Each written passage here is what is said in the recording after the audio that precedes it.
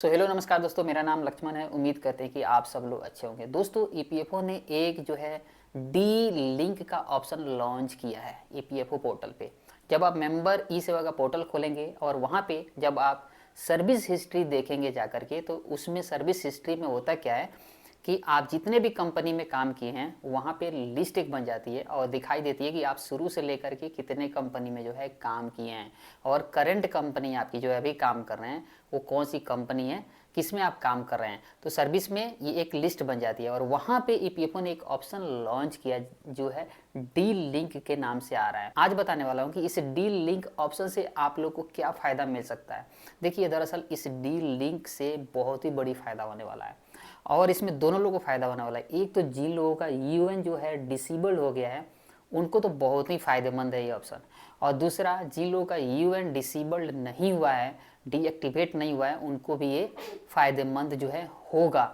जिन लोगों का पहले बताता हूँ कि यूएन डिसेबल्ड नहीं हुआ है, आप नॉर्मल हैं, आप पीएफ निकालते हैं, आपको कोई दिक्कत नहीं है, फिर भी आपके लिए ये जो है फ़ायदेमंद है। तो आपको जो है ना क्या करना है कि सर्विस हिस्ट्री हमेशा आपको चेक करते रहना है। जब भी आप कभी 1 महीना 2 महीना पे आप अपना सर्विस हिस्ट्री चेक करते रहेंगे। देखिए, आजकल बहुत फ्रॉड हो रहा है, कंपनियां भी फ्रॉड कर रही है। क्या करेगी, गवर्नमेंट की कोई स्कीम आ रहा है ना, तो उसमें लोगों को जो है ना मेंबर आईडी एक नई बना दे रही है, यूएन को एक्टिवेट कर दे रही है, ठीक है।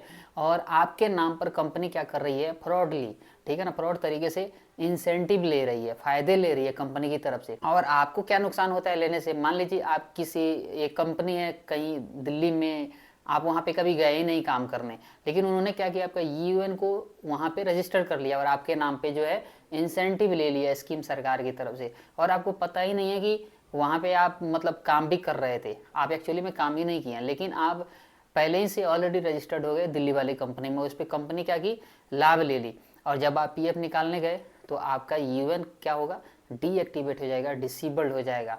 आप घूमते रहेंगे पीएफ ईपीएफओ ऑफिस का चक्कर लगाते रहेंगे इसको एक्टिवेट कराने के लिए, लेकिन जल्दी नहीं होगा। तो इससे क्या होगा, जब आप सर्विस हिस्ट्री चेक करेंगे तो आपको पता चलेगा कि भाई ये कंपनी जो है इसमें तो मैंने काम ही नहीं किया है, ठीक है ना। सर्विस लिस्ट में कंपनी का नाम आ जाती है, काम ही नहीं किया, ये किस लिए यहाँ पे। तो आप जो इस ऑप्शन पे जो है ना जा करके आप क्लिक करके डीलिंक कर सकते हैं, खुद से इस कंपनी को हटा सकते हैं कि भाई मैं इस कंपनी में काम नहीं किया है और नहीं कर रहा था, इसको डीलिंक करिए, हटाइए। तो इस तरह से क्या होगा ना, आपका जो है अकाउंट सेफ रहेगा, कभी भी जो है ना डीएक्टिवेट नहीं होगा और कभी भी आपको पीएफ निकालने में परेशानी नहीं होगी। अब दूसरा बताता हूँ कि जिन लोगों का ईमेल जो है पहले से डीएक्टिवेट हो गया है, आपको पता ही है कि कुछ दिन पहले जब कोरोना काल जब था, उस समय एक सरकार ने एक स्कीम लाई थी एबीआरवाई स्कीम के नाम से। ये एबीआरवाई स्कीम था ना, दोनों लोगों को फायदे कर रही थी, कर्मचारी और कंपनी। कंपनी को भी जो है इंसेंटिव देती थी और जो है कर्मचारी को भी देती थी, 12% 12% दोनों का जो है सरकारी भरती थी। लेकिन इसमें जो है ना कंपनियां बहुत ही चालाकी से फ्रॉडली तरीके से जो है लोगों का जो है ना इंसेंटिव ले ली, और कई सारे कंपनियां जो है जहाँ काम ही लोग नहीं किए हैं, ठीक है, उनका भी इवन जो है इसमें जो है लिंक करके उस पर फायदे ले लिया गया, इंसेंटिव ले लिया गया, और बाद में कई सारे लोग जो है उनका जो है यूएन डिसेबल मिल रहा है, अब एक्टिवेट कराने जा रहे हैं तो एक्टिवेट ही नहीं हो रहा है। लेकिन ये जो है यूएन को एक्टिवेट करने का ये पहला चरण जो है चल रहा है।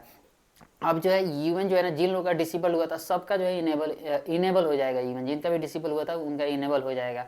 लेकिन वो जो एक मेंबर आईडी जहाँ पे एबीआरओ स्कीम का लाभ लिया गया जिस कंपनी में, वो वाली जो है ना आईडी डिसेबल रहेगा, उससे पैसे नहीं निकालेंगे। सपोज करिए मैं एक ए कंपनी में काम किया हूँ और मैंने बी में काम करने गया, बी में कोई स्कीम आया, वहाँ की कंपनी ले ली, उस वजह से मेरा यूएन डिसेबल हो गया, तो अब मैं ना कंपनी ए का पैसा निकाल सकता हूँ ना बी का।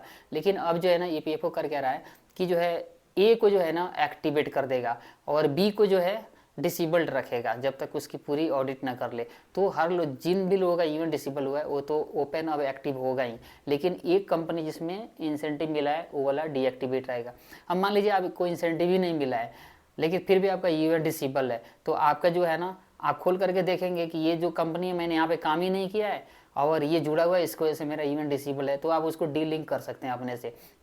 इसीलिए ईपीएफओ जो है इस ऑप्शन को लाया है कि लोग अपने से देख लें कि इस कंपनी में हमने काम किया है नहीं किया है, क्योंकि इस वजह से आपका जो यूएन डिसेबल हुआ है। तो आप जब अब जिन लोगों का यूएन जो है डिसेबल हुआ था अब होगा इनेबल, लेकिन एक कोई भी मेंबर आईडी डिसेबल रहेगा, उसके अंदर यूएन के अंदर मेंबर आईडी डिसेबल होगा किसी कंपनी का।